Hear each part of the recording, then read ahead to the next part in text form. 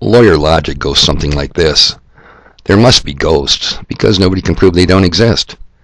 As tempting as it is to use that argument against the no-nuke crowd, yep, the flat earthers making those videos about no nuclear weapons, I didn't do that yesterday. I was not deploying lawyer logic in yesterday's video, no nukes WTF. What I did do was I corrected and clarified what Galen Windsor really said and meant. Boy, you guys sure twisted his words out of context. I pointed out the fact that nuclear chemicals used in weapons exist on the same periodic table as non-nuclear materials used in conventional weapons. I asked you, please explain to me how you believe in one group of elements and not the other with respect to weapons configurations and explosive materials. Incredible. I also said no nuke argument that there is no lingering lethal radiation at bomb detonation sites. They said, hey, look at all the people walking around Hiroshima. They're not dying from radiation.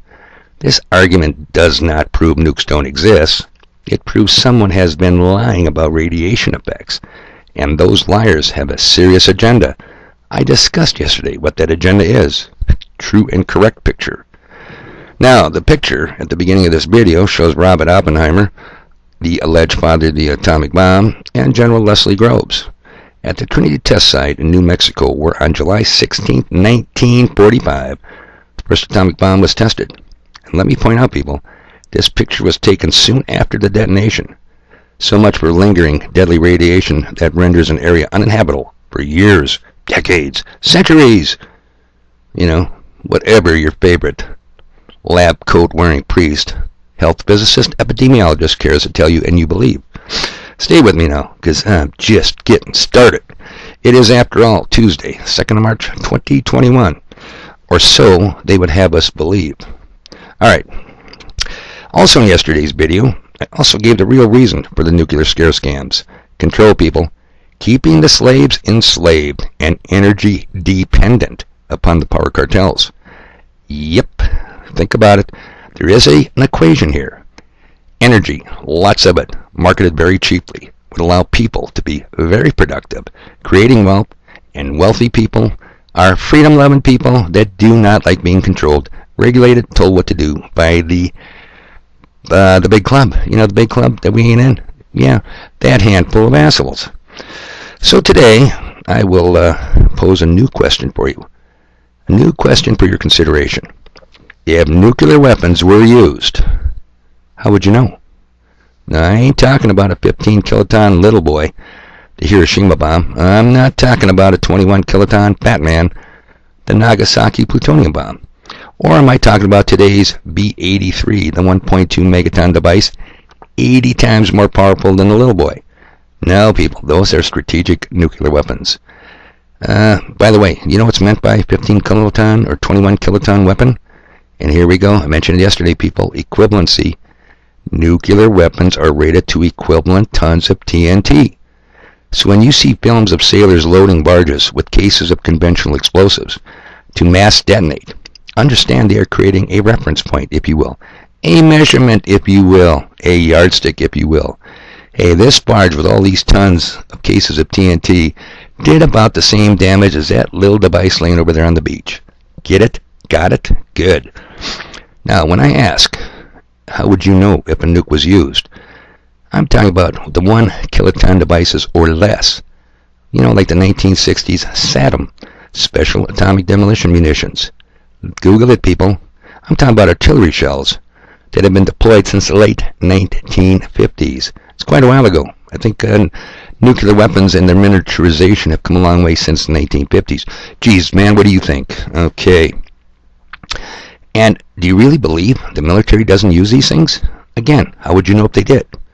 Would you use a Geiger counter? A Geiger counter with a Geiger-Müller tube? Good luck with that, people, because although incredibly sensitive, how sensitive are they, Dave? Tell us, please. We're on the edge of our seat. They are so sensitive they can count individual events, individual disintegrations. Yeah, pretty sensitive. But they are not element specific. However, as a side note, and I've done this, I had a CDB 700 Geiger counter Müller tube equipped. It's hooked to the Geiger counter with a cable. And you walk outside, and assuming they're not geoengineering, they're not stratospherically aerosol injecting bullshit into the atmosphere, You take the end of that Geiger-Müller tube, you twist it, and you expose a mylar-covered window, and you hold that dude right up to the direct sunlight. And then you look at your meter. You know what you see? Negative needle deflection. What's that mean? Well, what's that mean for the low room temp IQ people out there? It means it's a negative reading. It's not registering anything. The needle's going the wrong way on your survey meter. Yet, take that same device, walk inside, and it starts individually counting disintegrations. How come? Background radiation, people. We live with it all the time. What's the point? The point, and we may cover this a little more detail tomorrow, is that nuclear energy is ultraviolet light energy. It's on the same spectrum as visible light, same spectrum as microwave, same spectrum as radio waves, but it's at the far end, the high frequency and or short wavelength. In short, it does not come from the sun. Infrared might, white light does, but I'll tell you what, ultraviolet light doesn't, or I could measure it. Now here's the point. Let's drop the bullshit about UVA, UVB, UVC, and UVD skin-burning rays from the sun. More nuclear nonsense, more radiation fear porn. Okay, I think I got lost here. Alright, so, in order to tell if a tactical nuke was deployed in an area, you would need an incredibly big and incredibly expensive piece of equipment called a mass spectrometer to survey the alleged detonation site and to detect the various signatures of the weapon's characteristics and the fissile materials. Got one laying around in your garage? They are pretty big, and they also carry a large price tag. You go to reuseit.com and they will sell you one for about $110,000. It also says right there on the website, financing available in the United States only. My point is simple, people. Nuclear weapons are being used and have been used in many theaters of war worldwide, including, drumroll people, today, don't doubt me on this, tactical nukes, not strategic nukes, not the big boys, tactical, small, little dudes. Now I got to ask you the question, why wouldn't they use them? Why would you use 1,500 pounds of TNT when you can use a spear of metallic plutonium the size of a golf ball? Which would you put on a cruise missile? You want to really hump 3/4 of a ton of TNT out to the target site? Or do you want to just pick up that little plutonium speared weapon? Think about it. You think the Army still carries muskets? You think they still use flintlocks? Uh-oh, wait a minute, I got to check the time here. I think I'm running long. Oh yeah, God, I'm almost to the 8-minute mark. Okay, so I'm running long again, I see. Got to keep this short attention spans, don't you know? Another deceptive point in the No Nukes videos concerns cameras. They continuously point out, hey, look at the buildings blowing up, blowing around, look at the vehicles, look at the trees bending over. The camera ain't moving. Yeah, what's that prove? It proves it's a hoax, people. No, it doesn't. It proves that in the 1940s they had telephoto lenses. Where is it written that the camera has to be placed at ground zero? For crying out loud, how stupid can people be? And you don't think they had remote control activated shutter devices?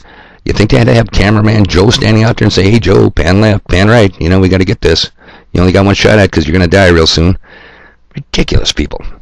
So I also heard two guys were joking about one filming sequence where the blast angle covered kind of looked like it came from behind the camera.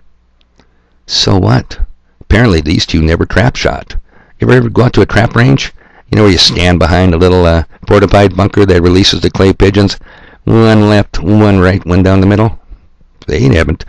You couldn't configure a camera in a protective bunker because you want to catch an angle of the blast wave coming at you, but it might be also nice to see the effects as it leaves your field of view and goes away from you. Again, cameraman Joe, he ain't going to go out there and do it. He's not going to pan left. He's not going to pan right. It's never-ending insanity, people. So hopefully I can wrap this up tomorrow. Got to work today. Lots, and I mean lots of stuff to do here down on level 7 before I go. You guys have a good day. Enjoy the weather.